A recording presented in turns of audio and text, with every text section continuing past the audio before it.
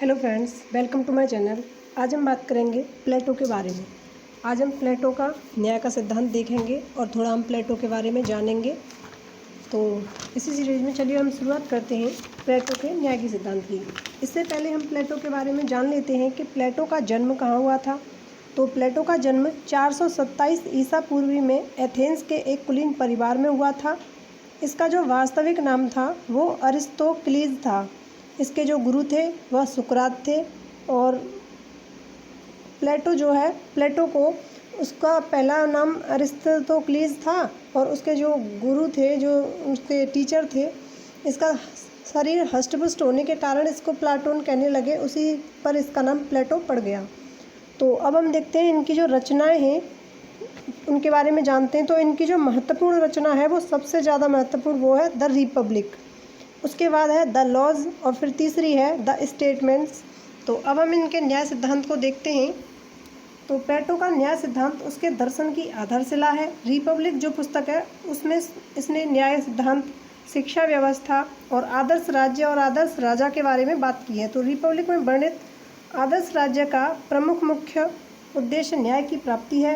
प्लेटो Republic में न्याय के स्वरूप, निवास स्थान का विस्तृत चर्चा करता है। प्लेटो रिपब्लिक को न्याय विषयक ग्रंथ कहता है। आदर्श राज्य में न्याय व्यवस्था की स्थापना के आदर्श के लिए ही दर्शन का शासन, राज्य नियंत्रित शिक्षा व्यवस्था और साम्यवादी व्यवस्था का प्रावधान किया है। प्लेटो के अनुसार समाज में प्रत्येक व्यक्ति को अपनी प्रकृति और प्रशिक्षण के अनुकूल अपने कार्य कुशलतापूर्वक करने चाहिए और दूसरों के कार्य में हस्तक्षेप नहीं करना चाहिए।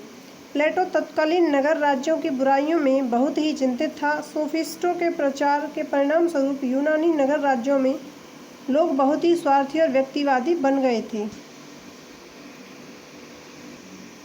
इसमें हम जाने कि आधुनिक टाइम में जो न्याय का अर्थ है वो क्या है। तो यह लैटिन भाषा के जस शब्द से बना है जिसका अर्थ है बांधना। तात्पर्य है कि न्याय उस व्यवस्था का नाम है जिसके द्वारा एक व्यक्ति दूसरे व्यक्ति से जुड़ा रहता है। समाज सामाजिक संबंधों का समुच्चय है। हर व्यक्ति एक दूसरे व्यक्ति से किसी न किसी रूप से जुड़ा रहता है। तो इसमें हम जानते हैं कि इसकी उपयुक्त परिभाषा के आधार पर न्याय के 3 पक्ष दृष्टिगोचर हैं। पहला है न्याय का संबंध समाज की मान्यता या विचारों से है। दूसरा है न्याय प्रक्रिया में कानून का बहुत महत्व है। तीसरा है न्याय का उद्देश्य समाज द्वारा मान्य अधिकारों और सुविधाओं को जुटाना है। आगे हमने बात करी थी न्याय की अवधारणा और जो आधुनिक अर्थ है उसके बारे में। अब हम बात करेंगे प्लेटो की जो न्याय की अवधारणा है वह क्या है। प्लेटो का न्याय संबंधी सिद्धांत इस धारणा पर आधारित है कि प्रत्येक मनुष्य अपना अलग अलग स्वभाव होता है। मनुष्य की आत्मा में 3 गुण होते हैं, विवेक, साहस और क्षुधा या क्रोध। आत्मा के प्रत्येक तत्व का अपना स्वाभाविक कार्य है। विवेक का कार्य नियंत्रण करना, साहस का कार्य रक्षा करना और क्षुधा का कार्य भौतिक वस्तुओं का संचयन करना।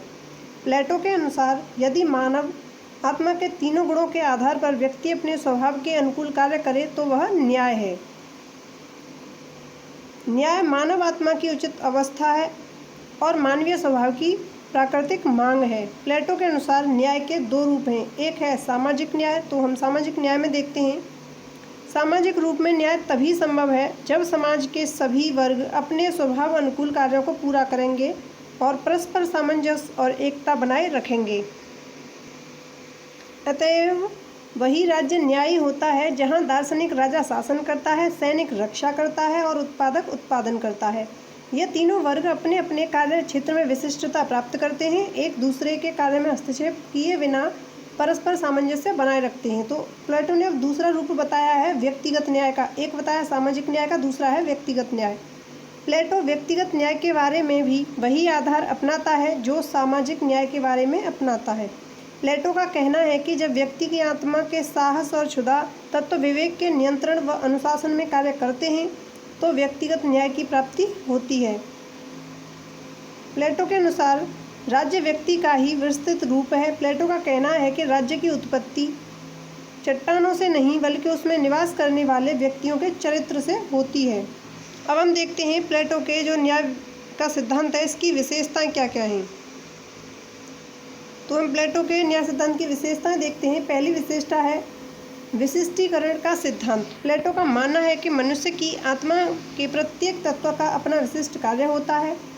जिस तरह हमने पहले बात करी है कि विवेक का कार्य नेतृत्व करना, साहस का कार्य रक्षा करना और क्षुधा का कार्य उत्पादन करना है।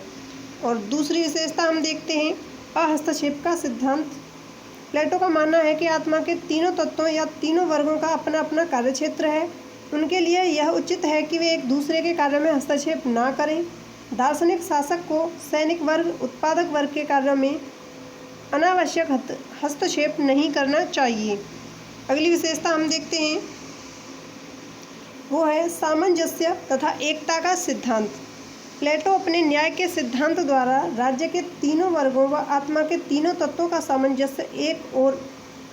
सामंजस्य और एकता बनाए रखना चाहता है। प्लेटो के अनुसार कार्य विशिष्टीकरण और हस्तक्षेप की नीति के द्वारा आत्मा का प्रत्येक तत्व व राज्य का प्रत्येक वर्ग अपने को संयमित रखता है एवं अपने से श्रेष्ठ तत्व की अधीनता स्वीकार करके स्वेच्छा से सामंजस्य एकता स्थापित करता है।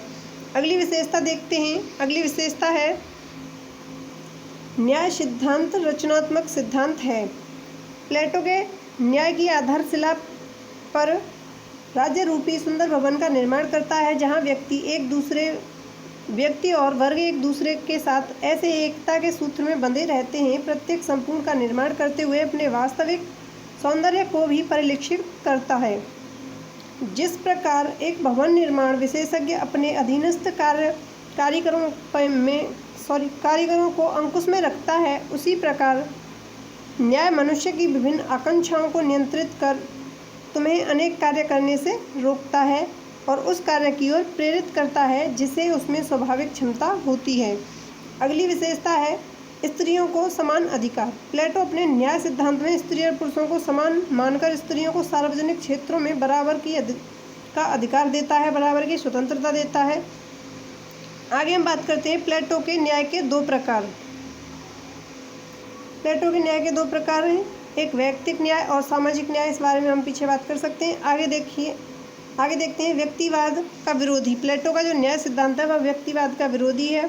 प्लेटो का मानना है कि समाज या राज्य से अलग व्यक्ति का कोई अस्तित्व नहीं है।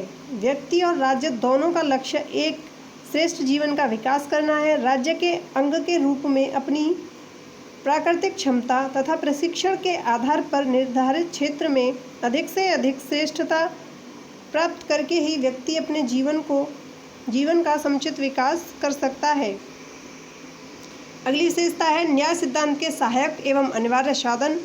और अगली विशेषता है दार्शनिक शासन। प्लेटो न्याय की प्राप्ति के लिए राज्य के शासन की बागडोर एक विवेकी, निस्वार्थी और कर्तव्यपरायण व्यक्तियों के हाथ में होनी चाहिए। प्लेटो ने ऐसे सद्गुणी व्यक्ति को दार्शनिक शासक का नाम दिया है। प्लेटो का दार्शनिक शासक विवेक की साक्षात प्रतिमूर्ति है। वह कानून से ऊपर है। उसका प्रमुख कर्तव्य सैनिक व उत्पादक वर्ग पर पूर्ण नियंत्रण स्थापित करना है।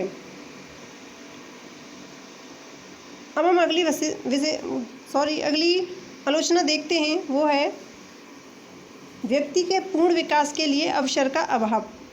व्यक्ति के संपूर्ण व्यक्तित्व विकास के लिए उसने अपनी सारी योग्यताएं व क्षमताओं को विकसित करने का अवसर मिलना आवश्यक है, अर्थात आत्मा के तीनों गुणों का विकास करने का अवसर मिलना चाहिए। किंतु प्लेटो व्यक्ति के केवल आत्मा के किसी एक गुण के आधार पर ही कार्य विशिष्टीकरण पर जोर देते हैं।